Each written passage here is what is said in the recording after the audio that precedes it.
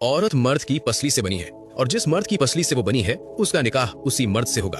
आज मुस्लिम सोसाइटी में ये बात इतनी मशहूर हो चुकी है कि लोग इसे पत्थर की लकीर मानते हैं। इस गलत फहमी की वजह से 3 बड़े नुकसान हो रहे हैं। लोगों के दिमाग में कंफ्यूजन है, औरतों को मर्द की जागीर या कमतर समझा जाता है और सबसे बड़ी बात, इस्लाम पर गलत इल्जाम लगता है। लेकिन आज इस वीडियो में हम 100% रियलिटी चेक करेंगे। हम अपनी तरफ से कुछ नहीं बोलेंगे बल्कि कुरान और सही हदीस के सबूत आपके सामने रखेंगे ताकि आज के बाद इस टॉपिक पर कोई डाउट बाकी ना रहे। इस्लाम की बुनियाद कुरान है, तो सबसे पहले देखते हैं कि अल्लाह क्या फरमाता है। सूरह अन-निसा आयत नंबर 1 में अल्लाह ने इंसान की पैदाइश का उसूल बताया है।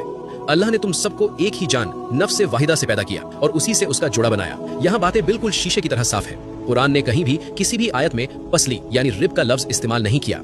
अल्लाह साफ कह रहा है कि मर्द और औरत दोनों की असल एक ही है। इस्लाम में पैदाइश के एतबार से कोई भी ऊंचा या नीचा नहीं है। ये वो बुनियाद है जिसे समझना सबसे जरूरी है। यहाँ एक बहुत बारीक नुक्ता समझिए। हदीस अक्सर बात समझाने के लिए मिसाल यानी मेटाफर का इस्तेमाल करती है। उसे लफ्ज ब लफ्ज लिटरली नहीं लिया जाता। जैसे एक मशहूर हदीस है, दुनिया मोमिन के लिए कैद खाना यानी प्रिजन है। अब जरा सोचिए, क्या ये दुनिया वाकई ईंट पत्थर और लोहे की सलाखों वाली जेल है? नहीं। या कुरान कहता है दिल अंधा होता है, क्या दिल के पास वाकई आंखें होती हैं जो अंधी हो गई? नहीं। ये सब सिर्फ मिसालें हैं बात की गहराई समझाने के लिए। बिल्कुल उसी तरह पसली का जिक्र भी एक मिसाल है। ये कोई बायोलॉजी का रूल नहीं है। अब आप कहेंगे लेकिन हदीस में तो पसली का जिक्र है।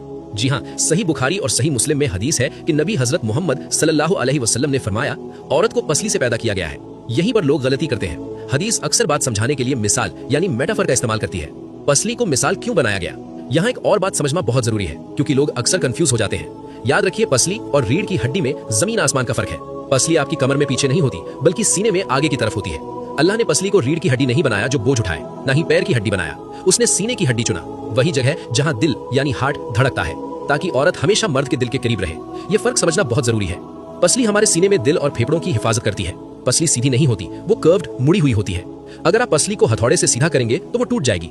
नबी सल्लल्लाहु अलैहि वसल्लम यही समझा रहे थे कि औरत की फितरत नाजुक और जज्बाती होती है। वो दिल की हिफाजत करने वाली है। उसे जबरदस्ती सीधा करने की कोशिश मत करो। इस हदीस का मकसद ये बताना नहीं था कि औरत हड्डी से बनी है, बल्कि इसका मकसद मर्दों को वार्निंग देना था। हदीस के अल्फाज है, अगर तुम उसे जबरदस्ती सीधा करने की कोशिश करोगे तो तुम उसे तोड़ दोगे। और हदीस में आगे आता है कि उसका टूटना तलाक है। ये बायोलॉजी नहीं, ये रिलेशनशिप साइकोलॉजी है। रसूल सल्लल्लाहु अलैहि वसल्लम कह रहे हैं कि औरत के इमोशंस और उसकी फितरत को कंट्रोल मत करो, उसके साथ नरमी से पेश आओ। अगर तुम उसे अपनी तरह सख्त बनाना चाहोगे तो रिश्ता टूट जाएगा। और आखिर में वो निकाह वाली बात कि निकाह उसी से होगा जिसकी पसली है, ये बात सरासर गलत है। इस्लाम में निकाह तकदीर और पसंद का मामला है, हड्डियों के जुड़ने का नहीं। तो खुलासा ये है, कुरान कहता है मर्द औरत एक जान से बने हैं। हदीस में पसली सिर्फ एक मिसाल है। औरत को कमतर समझना बंद करें। इस्लाम औरत की इज्जत और हिफाजत सिखाता है, हड्डी बताकर उस पर राज करना नहीं। इस जानकारी को फैलाएं ताकि लोगों का भ्रम टूटे। सही फैक्ट्स के लिए हसन फैक्ट्स को सब्सक्राइब करें। जज़ाकल्लाह खैर।